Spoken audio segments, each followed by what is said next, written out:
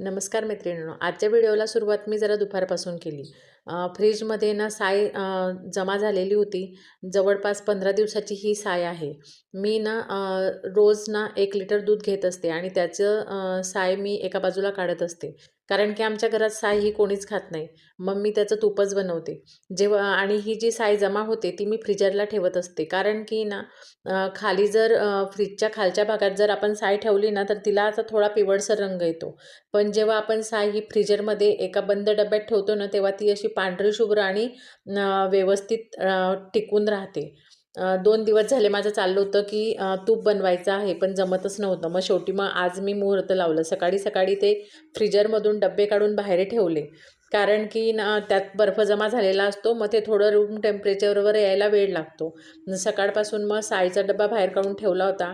जेव्हा तो दुपारी ते पूर्ण वितळलं, तेव्हा एका पातेल्यात ते सर्व डब्यातलं साय काढून घेतली आणि चमच्याच्या साहाय्याने जवळपास 15 ते 20 मिनिटं एका दिशेला असं हलवत राहायचं.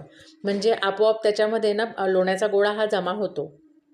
लोण्याचा गोळा असा जमा झाला, त्याच्यानंतर त्यातलं पाणी जे असतं ना, ते चाळणीच्या साहाय्याने फेकून द्यायचं आहे आणि नंतर पुन्हा त्याच्यामध्ये स्वच्छ पाणी टाकून पुन्हा तो लोण्याचा गोळा छानपैकी चोळून धुवून घ्यायचा आहे.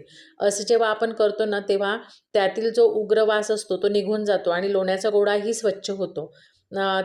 असं मी 2 ते 3 पाण्याने ते धुवून घेतलं सर्व आणि त्याच्यानंतर जो लोण्याचा गोळा होता ना, तो सर्व पाणी निथळून गॅसवर गरम करण्यास ठेवला.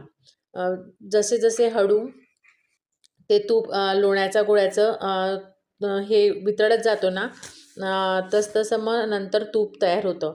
जवळपास मला हे तूप बनवण्यासाठी अर्धा तास लागला असेल. त्यातनं मी चिमूटभर मीठसुद्धा टाकलं. असं म्हणतात की मीठ टाकल्याने जे हे असतं तूप हे रवेदार बनतं. माझ्याकडे नागिलचं पान नव्हतं, त्याच्यामुळे मी तुळशीचे 4-5 पानं टाकले. आपण बायकांना काहीतरी शोध लावलाच पाहिजे. नागिलचं पान पण आयुर्वेदिक आणि तुळशीचं पान पण. मग मी तुळशीचे पानं त्यात टाकले आणि असं म्हणतात की त्याच्याने सुगंध छान येतो तुपाचा. आणि नंतर एका बाजूला मी स्वयंपाक करून घेतला आणि एका बाजूला तूप आपलं हे बनून तयार आहे. आणि ही जी तुपामधले जे गोळे दिसतात ना, ती बेरी ती पण मुलांना साखरमध्ये कालवून खायला खूप छान लागते. तूप जेव्हा मी चाळणीने एका डब्यात गाळून घेतलं आणि बघू शकतात जवळपास ना 3 पाव तूप हे बनून तयार झालं आणि जी बेरी होती ना, ती मुलांनी साखरेसोबत खाल्ली. मग रात्रीच्या जेवणामध्ये मूगची डाळ, पोळी आणि टमॅटो असं जेवण केलं. बाय.